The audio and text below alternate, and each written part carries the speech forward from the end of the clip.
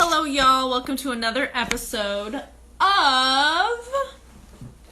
What in the World is Going On with me, Ani Gasparian. And today we are eating goldfish while talking about the sanctions on Russia. So, what just happened recently? Biden has recently announced that he's going to put sanctions on Russia. What does that mean? Well, first of all, let's find out why he did it. So, apparently, Biden says that he is doing this because of the piece of information that was recently found out that Russia, the government, was behind the poisoning of Alexei Navalny. So, this guy is the opposition leader to the Putin administration. So, of course, it's found out that, first of all, Putin just, got reelected. And when I say reelected, it means, he, is staying in power. We don't know about actual elections because there's not really other options. So, this guy is all okay, so now Alexei comes into the picture, and he's all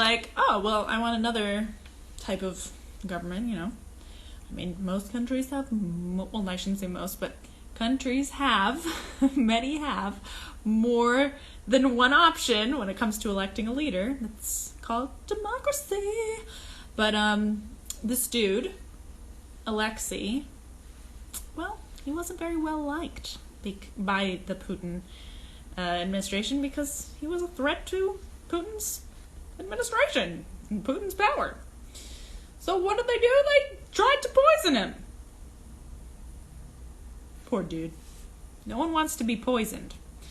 So anyway, so the Biden administration on Tuesday said that they found this out. And so now what's going on is he's going to be putting sanctions on Russia. Now, this is very interesting because recently a similar event has come out. And that is with the journalist Jamal Khashoggi. Now, Jamal Khashoggi, which you may know as Jamal Khashoggi, as they say in American English, this guy was a Saudi-American journalist, and they recently found out that Mohammed bin Salman, the current head of Saudi Arabia, the young one, he gave the okay to kill Jamal. So now everyone's oh snap. But you know what's interesting? Someone who did not go oh snap was the Biden administration. There's been no talk of sanctions on Saudi Arabia. So now we're thinking okay, so you poison one dude in Russia and we put sanctions on Russia. But you kill an American and you don't put any sanctions on Saudi Arabia? So it's very interesting, okay? Again, make your own judgments. I am just here to give you the facts. So, speaking of facts, let's talk about the facts from the Office of the United States Trade Representative website, an official .gov website. Let's talk about what this could mean for Russia and the United States. So, first of all, I'm going to read directly from the website. You can see it live. It's all available. In 2019, Russia GDP was estimated at $1.6 trillion, the current market exchange rates as of now. Real GDP was up by an estimated 1.3%, and the population was 147 million. The source is the IMF. U.S. goods and services trade with Russia totaled an estimated of $34.9 billion, man. So this is no little sanction, man. This is a big deal. Of course, that's not the number of the sanction. That's all the money put together for all the countries that are. That was in 2019. Exports were $10.9 billion and imports were $24 billion. So, exports, that means what we gave to Russia, okay? So that was 10.9 billion. What we got from them was 24 billion. So right now, sanctions mean we're not going to give to them, all right? So 10.9 billion, we are not going to be providing anymore. Are we going to still accept things from Russia? I mean, probably not. A sanction kind of usually goes both ways, meaning like, yeah, I mean, they don't just get the stuff free. They have to pay for whatever it is. So let's assume that's true right now for like until we get more information so that we can understand some numbers, okay? And remember, this is a hypothetical numbers. We don't have numbers yet, but it gives you like a good idea of like why this is so huge and important and what it means for the citizens. So often we talk about like Russia, Saudi, US, Germany. That is like one dude, okay? One leader in a country of millions, okay? We have to think about what it means for the people living on the ground who have nothing to do with politics. I mean, they obviously care about politics because it affects them, but I'm saying they're not into politics, like they're not political leaders, they're just living their lives, right? Just like the sanctions on Iran are hurting the Iranians that are on the ground there because they need COVID vaccines, they need medical equipment, and we put sanctions on them, Iranians die, right? So same deal with Russia. So let's see what's going on here. So exports, meaning what we give to them, which probably we won't be doing anymore as of right now with the sanctions. It says, and I quote from the Office of the United States Trade Representative website, we have U.S. goods exports to Russia in 2018 were 5.8 billion, okay? The top export categories were, this is very important, okay? The biggest group of stuff that we were going to give to Russia, okay, the biggest group is, thank you, Plessy, thank you, is machinery, okay? So in 2019, the biggest thing we gave them was machinery at $1.2 billion, okay? Then this, coming in at number 2 is aircrafts, okay? So we have aircrafts at 1.2 billion. Then vehicles at 725 million. And optical and medical instruments, 506 million. Oh snap, where are they going to get their medical instruments? We're in a pandemic, okay? That's a problem. And electrical machinery at 346 million. So Putin right now is freaking out. Let's just do that right now. U.S. total exports of agricultural products to Russia totaled 193 million. So that's important. What is agricultural products? What is that? So let's talk about that.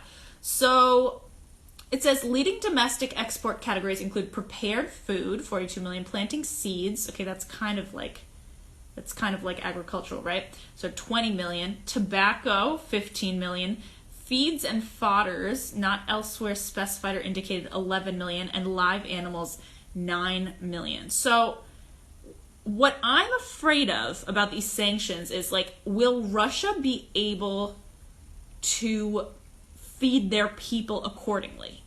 And I'm talking about like if there was no corruption, because obviously if the country like, even if the country has like, just like Lebanon, even the country has tons of clear lakes and rivers, people still can't get clean water coming to their house. So I'm talking about if there was no corruption in a perfect world, can everyone still get food? If they cannot get access to food, we should be considering how our sanctions are going to be affecting the actual people that are living there. Okay, so just a thought. All right, another one.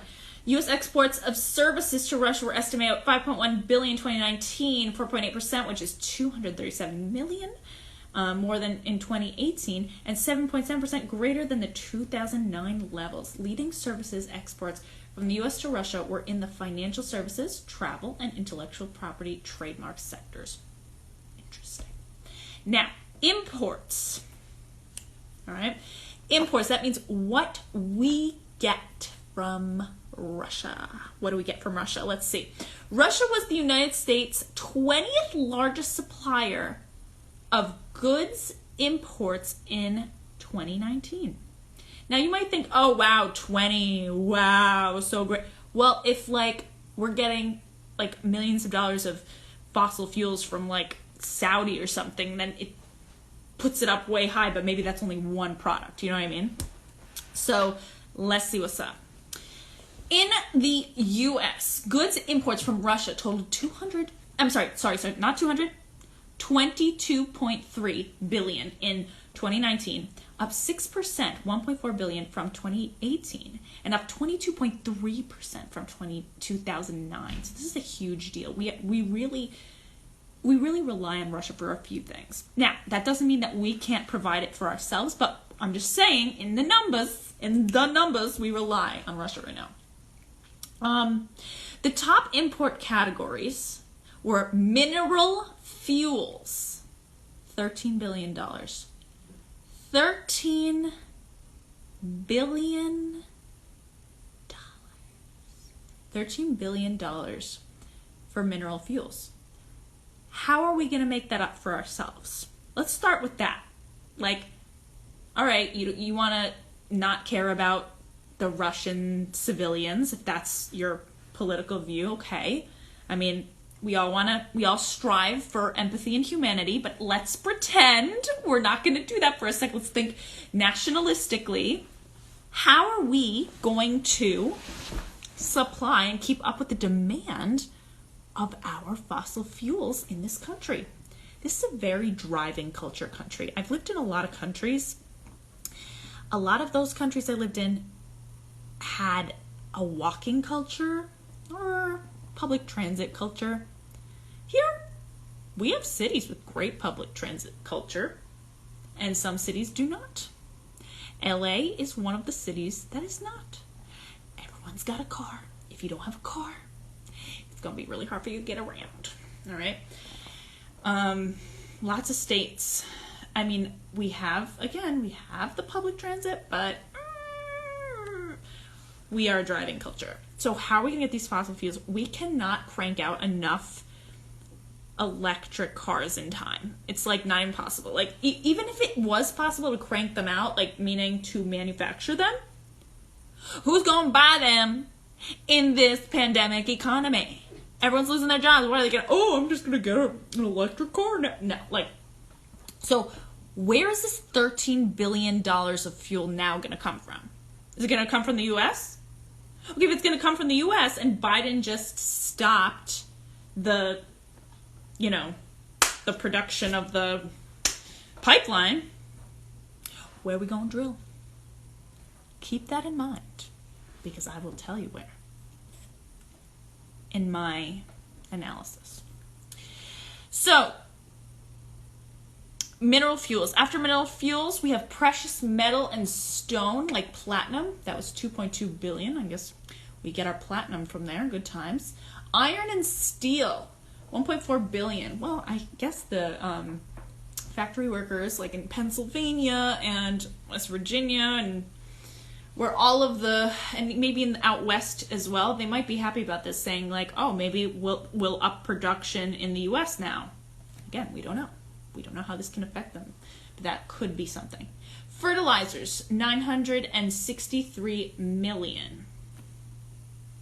All right, so it's interesting. Inorganic chemicals, $763 million. That's interesting. Inorganic chemicals. That means they have to make them themselves. That's very interesting. What's my ethnicity? I'm Armenian. Hi, Deb. We're doing an analysis on the Russia sanctions. All right. And what can this mean? All right, so U.S. total imports of agricultural products from Russia totaled $69 million in 2019. Oh, snap. Okay, so, again, agricultural stuff. Important, okay? Leading categories include snack foods, tree nuts, other vegetable oils, bad for you, essential oils, oh snap, and other dairy products. Now, when people are saying like, oh, go eat vegan, now might be the time. U.S. imports of services from Russia were an estimated $1.8 billion in 2019. Okay, 2.2% more than 2018. Okay, so again, this is interesting because the U.S. is going to lose money too, right? This is the stuff Russia bought from us. But again, going back to the original stats, you have to think about, we give them, so exports, exports, Russian, yeah. We give them 5.8 billion. They give us $22.3 billion worth of stuff. So it's interesting to think about how these numbers are going to affect this country. Now, let's get back to Saudi Arabia. I think I can understand why Biden is hesitant to not put a sanction on Saudi Arabia. First of all, in terms of like humanitarian, like a humanitarian aspect, it is super important for Biden to do something about Saudi Arabia. Why? Because, again, like, every political leader has to make a decision between money and prosperity in the moment, not in the future, in the moment, and ethics. Every single one. For example, the Armenian genocide. The United States, I mean, it took a long time for the issue to even come to the floor. But I think recently, like, I believe Congress, they made a statement about it or something, like agreed that the Armenian genocide happened, but this country itself has not declared the Armenian genocide a real thing yet. Now, why is that? Because we have an army base in Turkey, and if we do that, then the people in Turkey, or not the people, the government of Turkey, will not be happy with that. So they will be like, bruh, you just called us people who created a genocide? Even though they did. There's photos. It's obvious. Everyone has a genocide backstory. It's very obvious. Many countries accept this, but Turkey has erased it from their history. So if we claim them as like genocide starters, then we don't have a base in Turkey. All right. Now, I get it. Okay, you want to protect the people in your country of today. I get it. But ignoring history can help it to happen again, and possibly on your own turf. From someone from a foreign land. So, Biden currently right now is picking the present. I call it the present or the future. He's picking the present with Saudi Arabia. He is saying, I am going to turn a blind eye to what happened with Jamal Khashoggi, and I am going to continue being buddies with Saudi Arabia and not be buddies with Russia. But one of them's got to supply our oil. Now, here's something else interesting. Venezuela. I have not heard much talk from the Biden administration about Venezuela yet. Now, I know it's only been like a month-ish. But Venezuela is a huge producer of oil. And I'm talking about oil that, we use in our cars, okay? I believe Exxon, let me verify that, but I think Exxon is owned by, the Venezuelan government. No hurt in fact checking, right? Venezuela, yeah, Exxon, yeah. All right, cool. Always good to fact check. So Exxon is owned by the Venezuelan current government, the one where, their whole country is going down the tubes and everyone's starving. So apparently we haven't said anything about Venezuela. Now, none of the countries that we're getting oil from are like angels, right? We've got Saudi Arabia, whose government is killing journalists. We got Venezuela, who's starving their own people. And we have Russia, which, the list goes on and on. Let's just say the one thing that's obvious, which is that they poisoned Alexei, right? So it's interesting to me that of those three oil suppliers, Biden chose Russia to sanction. If you were the president of the United States, who would you choose to sanction? So let's do a quick little thing. Now, I'm a journalist, so I'm not going to give my opinion here. So you guys, I open up to discussion for you guys. So, but it's interesting, right?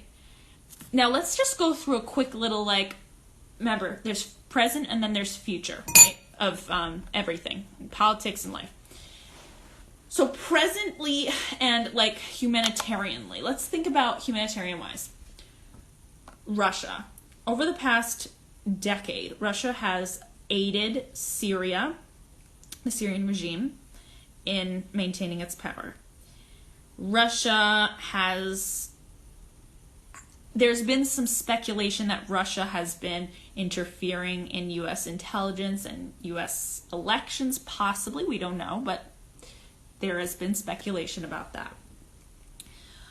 The Russian president, or prime minister, or whatever, Putin, has been buddy-buddy with Trump, and especially during moments where we found humanitarian issues a little questionable.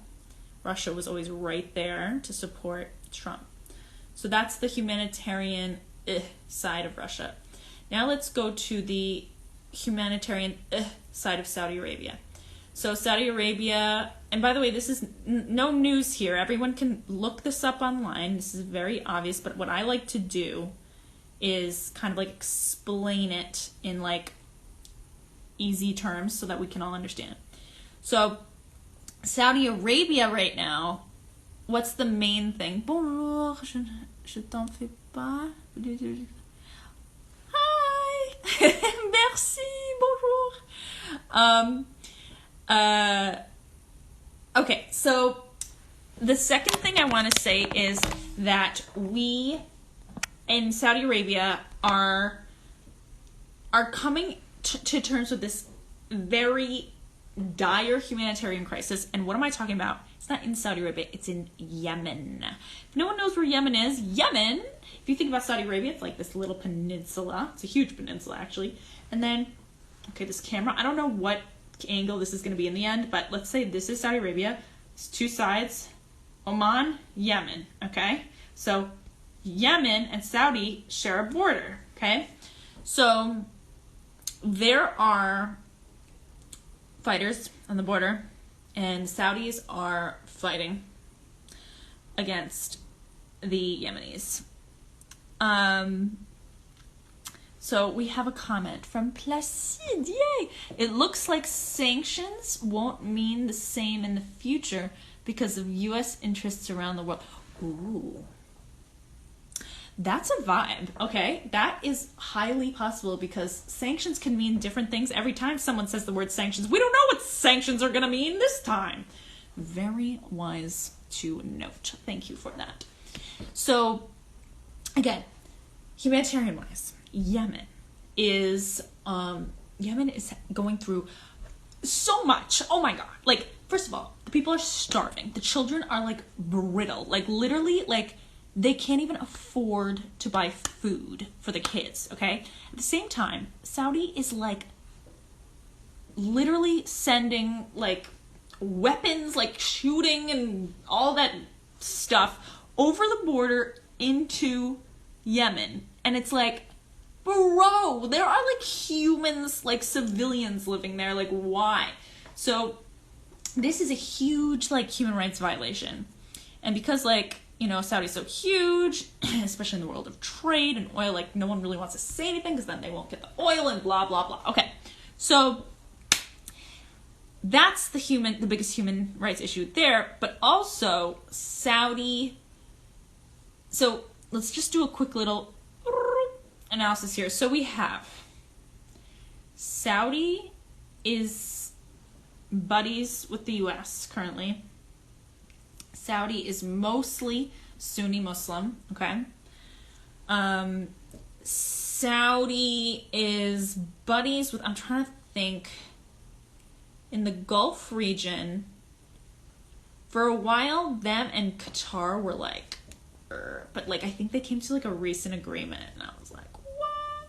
So like they definitely have some enemies. Also, like, Iran and them, don't even get me started. Like, they are, like, not a vibe, okay? Like, they are not buddies.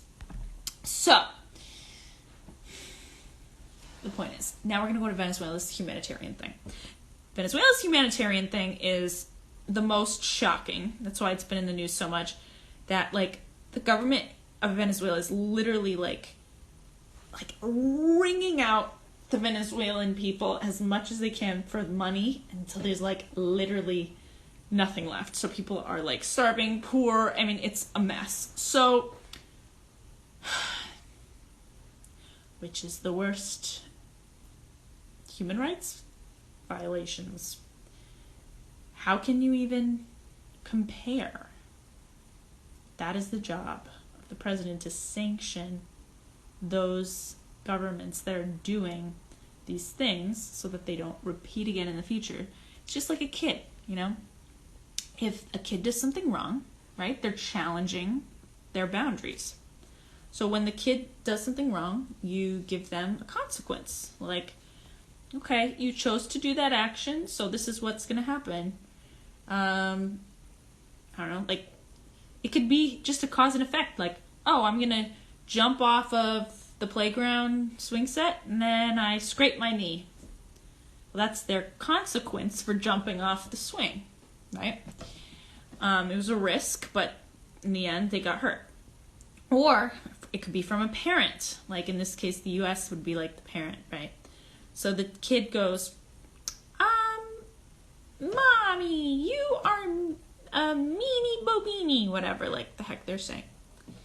And then the mother goes, that's very disrespectful. And for that, you can't watch TV tonight.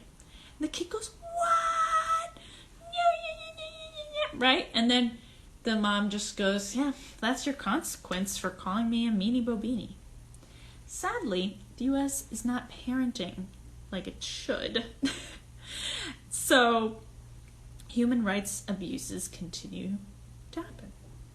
So, and that's just, I mean, that's not even one side or the other. It's just like facts. So, like, if something that is very serious is happening, like maybe one government is killing innocent civilians, if the U.S.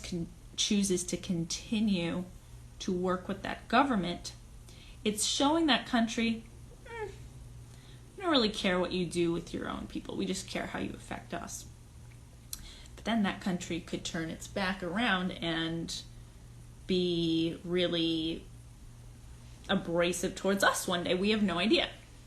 Most politicians look at it and say, the odds of them hurting us are very low, so let's not hurt the American people in a monetary way so that I look good as a president, that I like got jobs back and the economy's booming, so I'm going to keep working with these countries, right? No one wants to be a president who goes, oh, sorry, we have no more allies because, you know, I decided I didn't like what they were doing in their own countries. So we have no more allies and we don't have any more oil and gas. People would go nuts. They would be like, what even? But I would be interested to see if the U.S. led by example, what would happen? Because I think Europe is very easily swayed to do the right thing. I really do. If you look in history, like recent history, I mean, like with like the EU, like let's start there. Like, they try to do the right thing.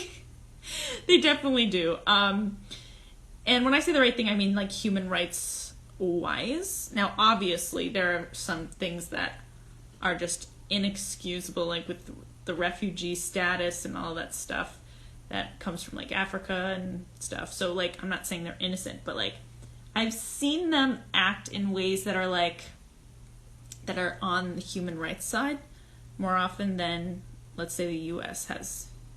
Just, I mean, look it up. You know, disagree, I don't care. Like, tell me what you think. But I think that if we led by example and, you know, maybe maybe Europe would join us, and that's like two huge powers in the world, right? Think about it, all of Europe, or all the EU, let's say that, and the US. I feel like the corruption might dwindle. Might not go away forever, but I feel like it could dwindle. But I don't think politicians are ready yet to truly take that risk. I mean, imagine, it's scary for those politicians. They just want to be liked and gain a second term. So it's hard, especially if you live like in a democracy, right? You need to be voted back in. So it's a lot, but I think we have to keep this all in mind. Biden chose Russia to sanction. He didn't choose Venezuela. He didn't choose Saudi Arabia. So those are the top countries of issue right now. So I think that's very interesting, and I wonder what these sanctions will mean. I hope that the sanctions don't affect the Russian people. Russian people are amazing and kind, and just like your brothers and sisters, you do not want any civilians to go without medical equipment or vaccines or anything just because of a political argument or sanctions. So hopefully the good that could come out of this is hopefully Russia will see, like, okay, maybe I'll try to cut back on poisoning my own people and doing less invasive stuff, and maybe we'll have a more just world. But the US is far from being the perfect parent, because there are still some children that are getting away with stuff. But again, what does Biden care about most? Is it his own people's ability to still have gas in their cars, or is it keeping up with the not supporting of human rights violations? Stay tuned. This has been another episode of What the Heck is Going On in the World. Follow me next time as we eat a new snack and talk about politics. Have a wonderful evening.